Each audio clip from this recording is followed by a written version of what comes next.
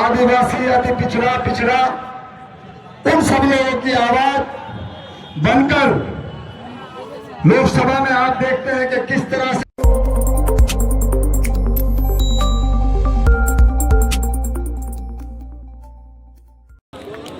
आइए यहाँ माला दीदी सब सारे प्रदेश में आइए।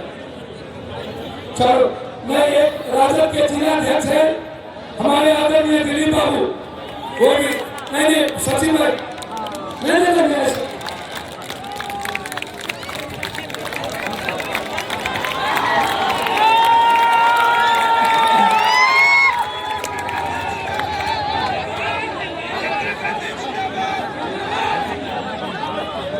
अब एक बात बताइए, क्या नारा दे रहे हैं? देश की आंधी, देश की आंधी, देश की आंधी, सच्चाई की आवाज, राहुल गांधी सच्चाई की आवाज, न्याय की आवाज, बेबाक की आवाज, अरे युवा का छाप, छाप का छाप, सबका छाप, साधारण का छाप, हमारा छाप, अगला का छाप, गरीबों का छाप, बेटियों का छाप, अरे महिला का छाप, जोर से बोलिए कौन छाप, कौन छाप, कौन छाप, महागठबंधन एकता जिंदाबाद, देश की आवाज प्रियंका गांधी जिंदाबाद। इन्हीं शब्दों के साथ मैं अपने बहन, अपने नेता और एक सही मायने में सच्चाई की आवाज, एक तरफ राहुल गांधी जी और दूसरी तरफ एक उम्मीद और विश्वास, एक सपना, हर आदमी के भीतर एक विश्वास। आदरणीय प्रियंका गांधी जी से मैं आग्रह करता हूं, आए और पूर्णिया के इस पावन धरती पर जो रेणु की धरती है, जो भोला पासवान शास्त्री की धरती है, जो राष्ट्रकवि तिलकर की धरती है, ना जाने आध्यात्मिक धरती पर, सामाजिक संघर्ष के इस धरती पर आपका हम दिल से पूरे पूर्णिया वासियों की तरफ से हम आपका स्वागत करते हैं। जोर से ताली बजा के आप सब अपनी बहन का स्वागत करेंगे। मैं चाहूंगा कि आए और अपनी बात को रखें।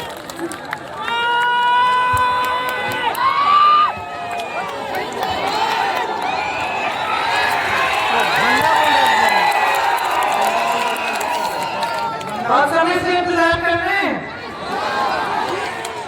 मैंने तक नहीं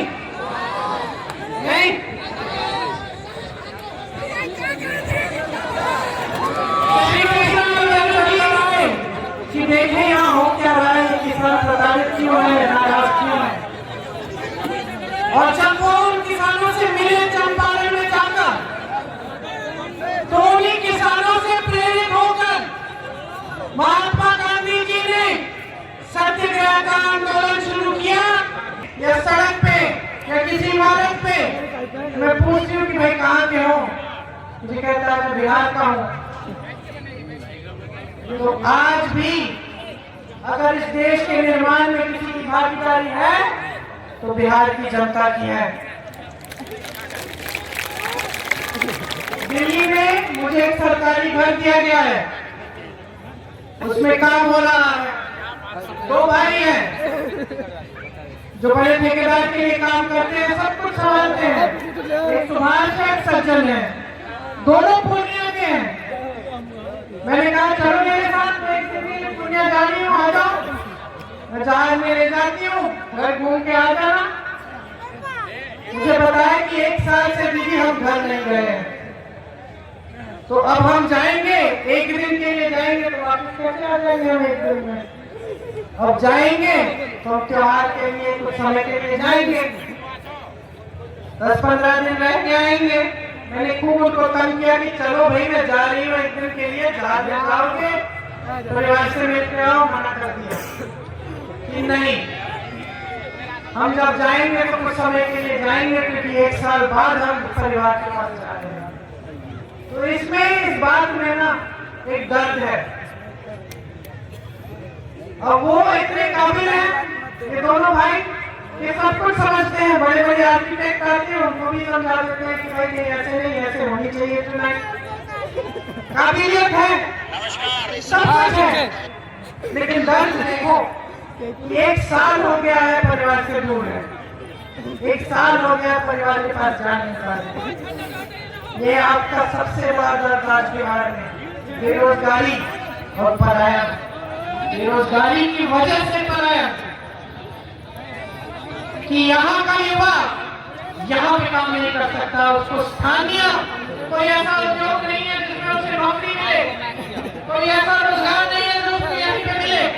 यहाँ की सरकार ने तमाम पद खाली रखे हुए हैं, तमाम नौजवान बेरोजगार हैं, लेकिन नौकरी नहीं दे रहे हैं। आदरणीय प्रियंका गांधी जी जो आवाज है उस दबे कुचले दलित, आदिवासी, अति पिछड़ा उन सब लोगों की आवाज बनकर लोकसभा में आप देखते हैं कि किस तरह से गूंजती है। वो नेता जो जहां पर भी अत्याचार होता है अगर सबसे पहले पहुंचने का काम करती है तो हमारे नेता आदरणीय प्रियंका गांधी जी करती है। साथियों, ये बिहार का चुनाव केवल बिहार का चुनाव नहीं है, ये चुनाव पूरा देश बिहार को देख रहा है।